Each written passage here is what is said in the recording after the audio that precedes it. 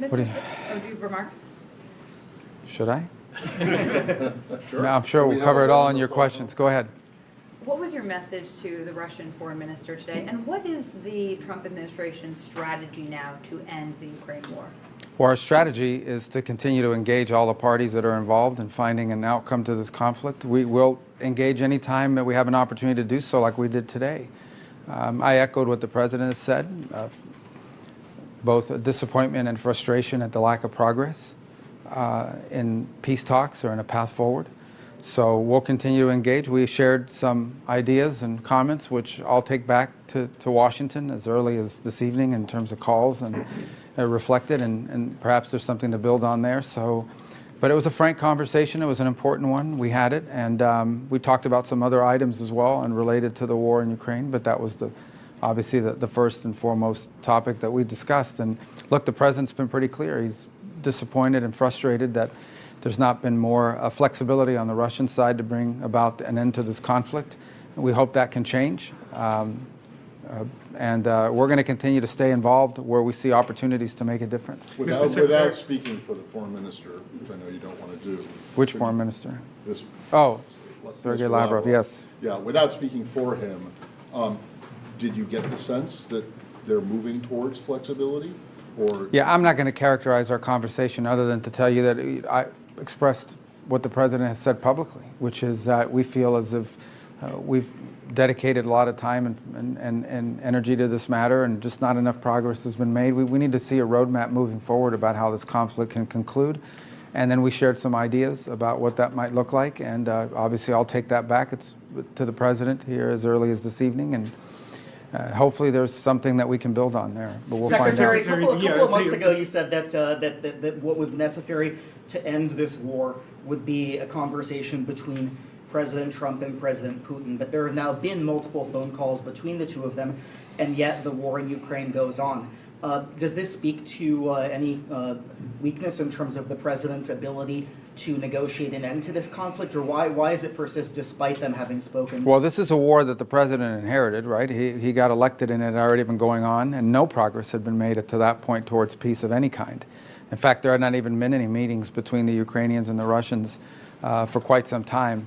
So while there's been some humanitarian exchanges made, obviously that's our goal here, is to end this war and any role we can play. So this is not a war that started under President Trump. It's a war that wouldn't have happened had he been president, but now it's here.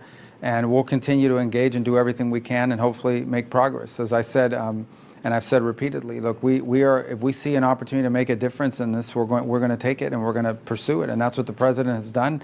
And he deserves tremendous credit for having multiple phone calls with leaders from both countries and anybody else. Mr. Secretary, Russia has launched its most massive attacks in the last 3 days, and you of course saw your counterpart today.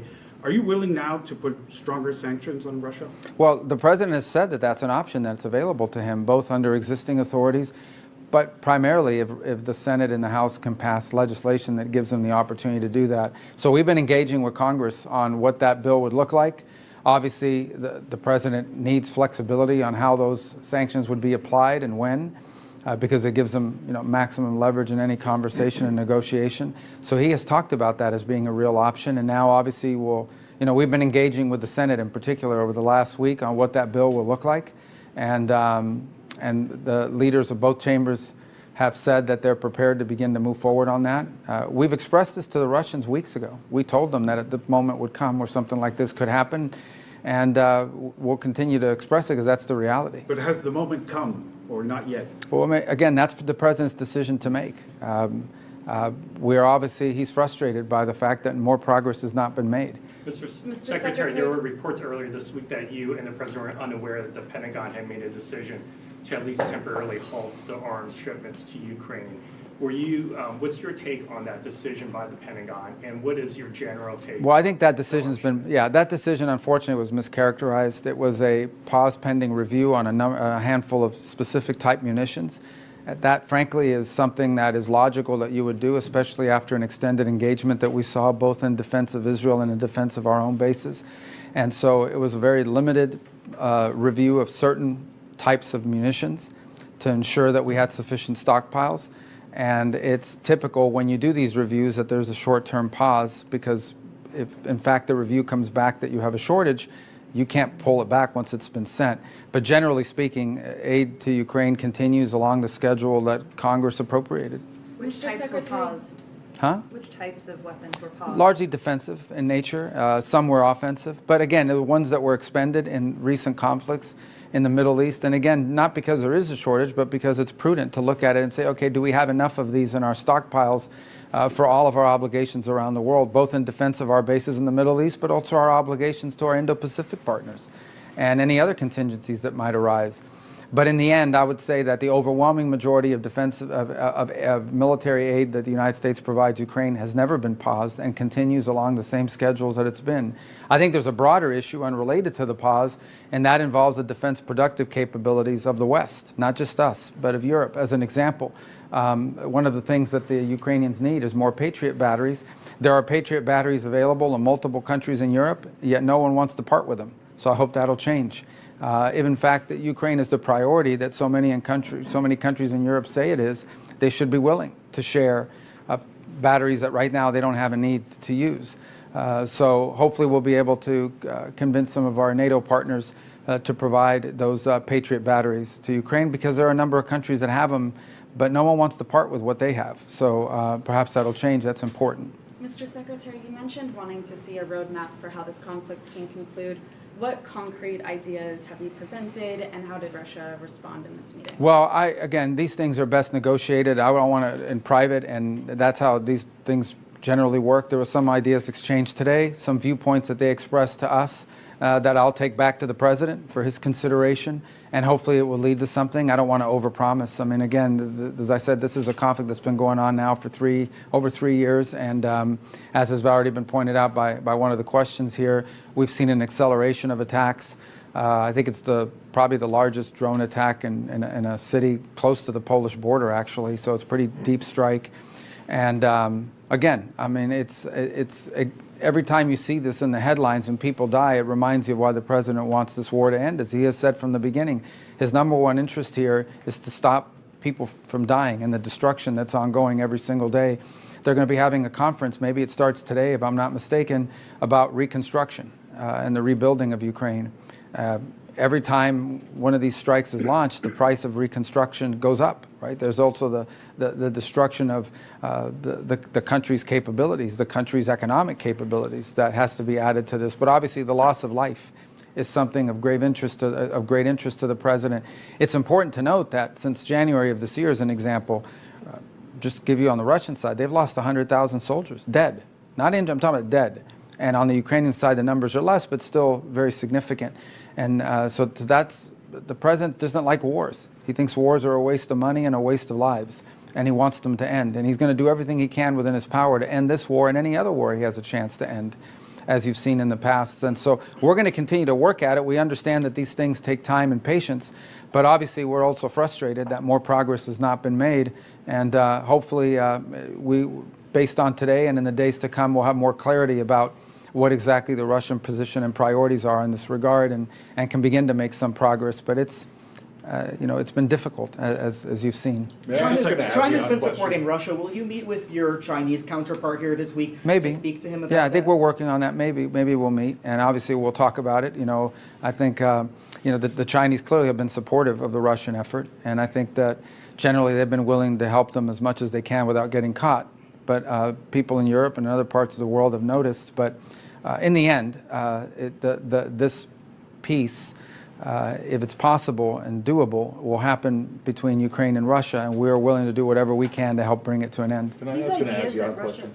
A what? An ASEAN Yeah, question. of course. That's why we're here, Can I right? just do one more quick question on Russia? Just these ideas that were put on the table today, would you characterize them as new ideas from the Russian side that the Trump administration had not heard before? Yes. Well, I think maybe, yes. I think it's a new and a different approach.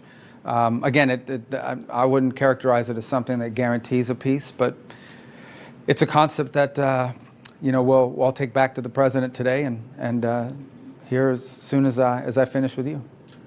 I just wanted to know, what was your sense today after your meeting, the PMC meeting with the ASEAN foreign ministers, about how big an irritant the tariffs are to U.S. relations, both with ASEAN as a bloc, but individual countries? Well, I think, look, two things to understand. Number one is these letters that are going out and these trade changes are happening with every country in the world. I mean, basically every country in the world. The president's been very clear, and he has been, frankly, if you go back to videos of him speaking in the 80s about his feeling that the state of global trade is unfair to the United States, that for far too long we allowed these imbalances to develop.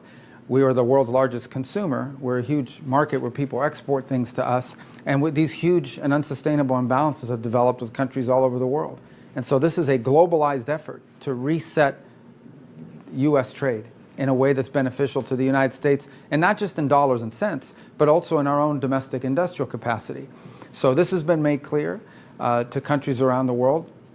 We were coming up upon upon the middle of this month, and the markets demand certainty, and so these letters set a baseline. Now, obviously, that does not foreclose the opportunity for individual countries to enter into negotiations that perhaps can adjust those numbers.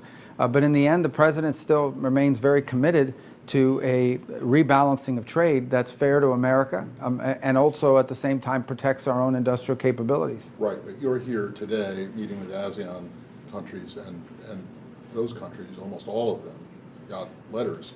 Yeah. So But anywhere in the world, well, I guess my understand point that, to you is anywhere in the world I would have traveled this week, they got a letter. So everybody got a letter. And in some cases, some of these countries got a letter where their tariff rate is lower than some of their neighbors or maybe a country somewhere else in the world. So it might even serve as an advantage. But of course it's raised, it's an issue. But I wouldn't say it solely defines our relationship with many of these countries. There are a lot of other issues that we work together on. And I think there was great enthusiasm that we were here and that we're a part of this. A reminder that next week we'll have another high-ranking delegation, including Secretary Lutnick, Deputy Landau from the Department of State, will be traveling to Japan for the World Expo there, and will be involved in talks there as well. You know, my very first meeting, I don't know if you know this, but when I was sworn in, I went to the State Department, I gave a speech on these steps, and then my first meeting right out of the box was with Japan, South Korea, and India. And we've repeated that meeting numerous times since then with that group and attention to others. We have a running internal joke with my counterpart from Japan. I have literally now seen him about 8 to 12 times. And our joke is that we see each other more than we see our own families. And so you know, these engagements are very important to us, and we're going to continue to stay very committed, because this, as I said to all of our partners, that this notion or idea that the United States would ever be distracted by the Indo-Pacific or even Southeast Asia is impossible. You can't be, maybe it doesn't always, wars get more attention, but it's impossible to not be focused. This is where much of the story of the 21st century is going to be written. This is where 2/3 of economic growth is going to happen over the next 25 or 30 years. And many of the countries in Southeast Asia, not only are they some of the youngest countries in the world, but they're about to see an enormous expansion of their labor markets, their labor pool, number of workers. This is a historic, once-in-a-generation opportunity, not just for these countries to revolutionize themselves from an economic standpoint, but further strengthen our relationship. We have over 6,000 American companies that have invested heavily in these economies over the last 20 or 30 years. We're not abandoning those relationships. On the contrary, we want to strengthen and build upon them. And there are a bunch of other issues, and certainly trade is part of it. But there are a lot of other issues that we work together on, and we continue to highly prioritize that. The story of the 21st century will be written in the Indo-Pacific. And the countries represented here today, along with others that have joined to be a part of this, represent some of not just important markets, some of the most important partners we have in the world. Senator Rubio, this is obviously a very quick trip. Do you intend to come back to Asia or the Southeast Asian area on a longer trip sometime in the future, near future? Sure, absolutely. This was a great trip because we got to see, 12, 13, 14, 15 countries that are all here. So these forums, there'll be a leaders forum here in October, which we look forward to being a part of it. We've also engaged with many of our colleagues here at different forums. Many of them, for example, not just at the G7 foreign ministers, they also attended on the sidelines of NATO at the foreign minister level and also at the leaders level. So we'll continue to engage with the region, both in Washington and other places around the world, and in our return travel here. So we'll be back. In addition, and it's not just me. The Secretary of Defense has been out here. The Deputy Secretary of State will be here next week. So we'll look for other opportunities. Obviously, the Leaders Forum will be here in October as well. So we'll be here. We'll be engaged as we do every single day. Secretary, there's a review right now by the administration of the AUKUS deal that the last administration forged, and I think that raises some questions among Asia-Pacific allies and partners about the U.S. defense commitment here in Asia. What do you say to people? Yeah, well, look, anytime a new administration takes over, there's a review of all policies. I mean, policies are a review doesn't necessarily mean you're against it. We did a review at the State Department of our diplomatic presence around the world because I wanted to know which consulates and embassies could be adjusted both in their size and in their presence. Could we consolidate a presence? We did a review. We haven't closed any embassies, but we did a review. So just because you're reviewing something doesn't mean you're going to necessarily act on it. It means that you're a new administration and you want to take an audit and an account of all the policies that you've inherited and policies, how they've changed since the last time you were in office when it comes to the Trump administration. So, but our policies on AUKUS have not changed. Thank What you. else? That's it? Are you hopeful on a Gaza ceasefire in the next few days? Well, we're hopeful. I mean, in the end, we're hoping they'll move to proximity talks. It appears that generally the terms have been agreed to, but obviously now you need to have talks about how you implement those terms. And I spoke to Steve Woodcock last night, and he's optimistic that proximity talks will begin fairly soon, expedited and facilitated by the Qataris and the Egyptians. And so, but we've seen talks fall apart in the past at that stage of proximity talks. So I think we're closer, and I think perhaps we're closer than we've been in quite a while, and we're hopeful. But we also recognize there's still some challenges in the way, and one of the fundamental challenges is Hamas's unwillingness to disarm, which would end this conflict immediately. If they just release the hostages, there shouldn't be a single hostage. There shouldn't be a single hostage body still left. If they release that and disarm, this would end. But that said, the Israelis have shown some flexibility here, and so I think we've seen progress made. So we're hopeful, but we also understand that these things have been difficult for a reason. But we're hopeful that they can move to proximity talks pretty quickly and go from there and have a ceasefire in place in the near future. Are there any sticking points from the Israeli side, such as on aid or the withdrawal of Israeli troops? Where does that stand? Well, the sticking point would be on the Hamas side. I mean, Hamas basically wants Israel to withdraw completely and allow them to go back to being Hamas. Obviously, the Israelis aren't going to agree to that. I think the easiest way to end this, that's not what the agreement is, but the easiest way to end this is for all the hostages to be released and for Hamas to disarm. Absent that, the Israelis and Hamas, through the through the mediation of Qatar and Egypt, have reached an understanding on a 60-day ceasefire and some elements of that with regards to humanitarian aid through international agencies resuming and so forth. But now you've got to have talks about how do you implement that, and that's where this has fallen apart in the past. We're hopeful that'll work out. We're doing everything we can. We'd like to see a ceasefire. The president's been clear he wants to see a ceasefire. And we've invested a lot of time and energy. I know Steve Woodcock works hours every single day on this topic alone. So we've invested a lot of time into that. We'd like to see it happen. Okay? All right. AI impersonator of you, anything you can say? No, it didn't. No, I mean, anybody, it could happen to anybody. I mean, everybody, especially if you're a public figure, they just got to get enough, like they could take the interview out of here today and change it around. So, but, as soon as I found out about it last week, I referred it to the FBI, diplomatic security, and others. It won't be the last time you see me or others, for that matter. Maybe some of you will be impersonated. But it's just a reality of this AI technology that's going on, and it's a real threat. How did you find out? Oh, somebody called me. It was a senator that called me and said, "Hey, did you just try to reach me?" And actually sent me a voice recording. It doesn't really sound like me. Maybe you fell for that call, but maybe there was a better one that I didn't see, It was on Signal, right? So does this? I don't know how they got it or if it was a voicemail. No, it doesn't matter what form you use. I mean, it doesn't matter if it's Signal or anything else. There are more secure methods that in Signal you can create an account with an email address, and that was one of the reasons that they were able to reach out to people and then use the voicemail messages to imitate your voice. I've had people in the past ask me if I texted them. Like within days of becoming Secretary of State, I had foreign ministers calling the State Department asking if I had just texted them. So I don't know, guys. This is just the reality of the 21st century with AI and fake stuff that's going on. It's generally I communicate with my counterparts around the world through official channels for a reason, and that's to avoid this. Do you have any sense of who the perpetrators are? No, I mean, you're not going to have any sense. The perpetrator is somebody with an AI software. That could be anybody in the world. my sense is the target really isn't me. The target is the people they're reaching out to try to trick them into a call or whatever, and who knows what they do with it. But you're going to hear about this for a long time. I mean, not just me, it'll happen to other people, because all you need is a recording of someone's voice and you can come up with it. So yeah, it's just one of the other great challenges posed to us by AI. I'm sure there's a lot of positive aspects to AI as well, but this ain't one of them. You said, Secretary, that the weapons pause by the Pentagon in the narrow scope in which it occurred made sense, but was it a decision on which the State Department was consulted, or what was the level? No, it wasn't a, no, I said it was a review. It was a pause pending review. And so we were constantly, the Pentagon is constantly reviewing stockpiles, especially after an engagement, such as the one we had in the Middle East. So my point is that there wasn't a policy decision not to give weapons to Ukraine. It was a review in which certain munitions were temporarily paused for that review and for that purpose. And this reporting out there that there was no awareness of it is not true. Now, but no policy decision was made. In essence, no one ever said we're not sending weapons to Ukraine.